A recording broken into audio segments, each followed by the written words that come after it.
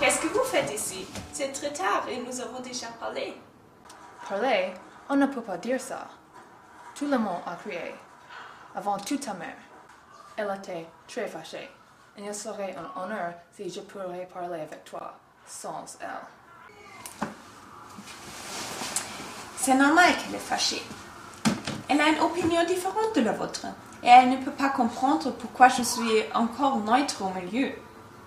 Tu ne peux pas comprendre sa situation et son colère, mais on peut supposer qu'elle est calmée maintenant.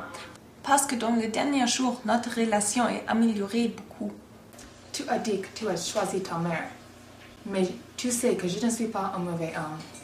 Je t'ai aidé avec beaucoup de décisions importantes. Oui, tu m'as aidé beaucoup, tu as raison, mais ma mère a dit que je dois me décider. Ça veut dire que tu veux la pardonner? Elle a de ma famille Richelieu. Il ne faut pas oublier qu'elle était en exil à cause de toi. Bien sûr, je ne vais pas oublier ça. Mais tu as tué son ami. Je n'ai pas tué son ami. Au général, quel était ton problème avec lui?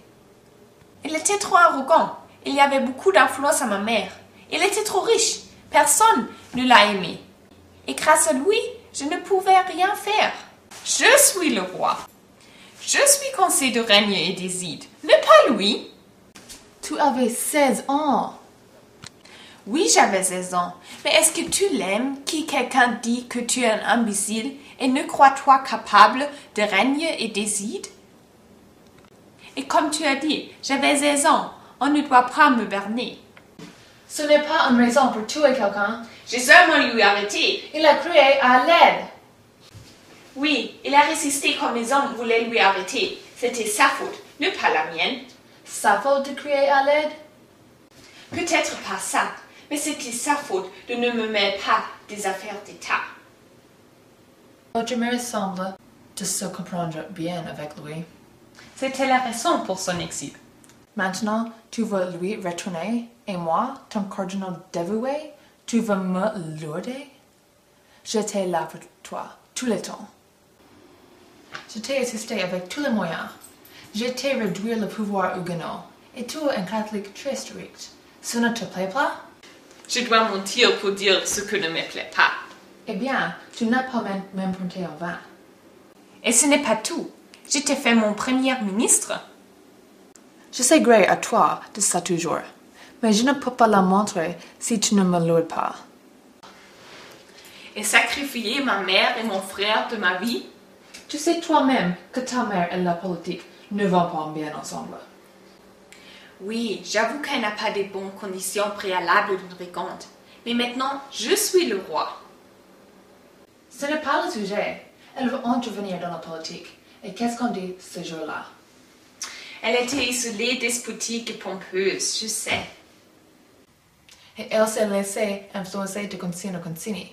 Tu as dit ça toi-même. Oui, et c'était le cas.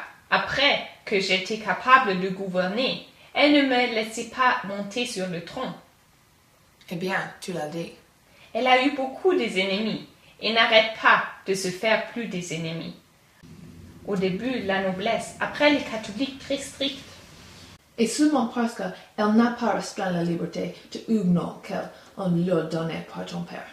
Elle a converti. Bon, il est mort. La France était catholique et doit rester catholique. Nous ne devons pas indisposer les catholiques contre nous. Oui, nous devons leur calmer. Mais comment? Réfléchis un peu. Quel était mon but? Pourquoi veut ta mère me subtiliser? Tu as raison. Tu as vraiment raison. Étant catholiques, nous devons mettre les huguenots à leur place. Nous allons casser la prétention militaire d'huguenot et établir l'absolutisme en France de façon permanente. Je suis plus attachée à mon état qu'à ma mère. Ça c'est mon fils. Maintenant, reste ta tête quelques heures et demain, nous allons commencer le début d'une nouvelle ère. Notre ère, l'ère de Louis XIII et Richelieu.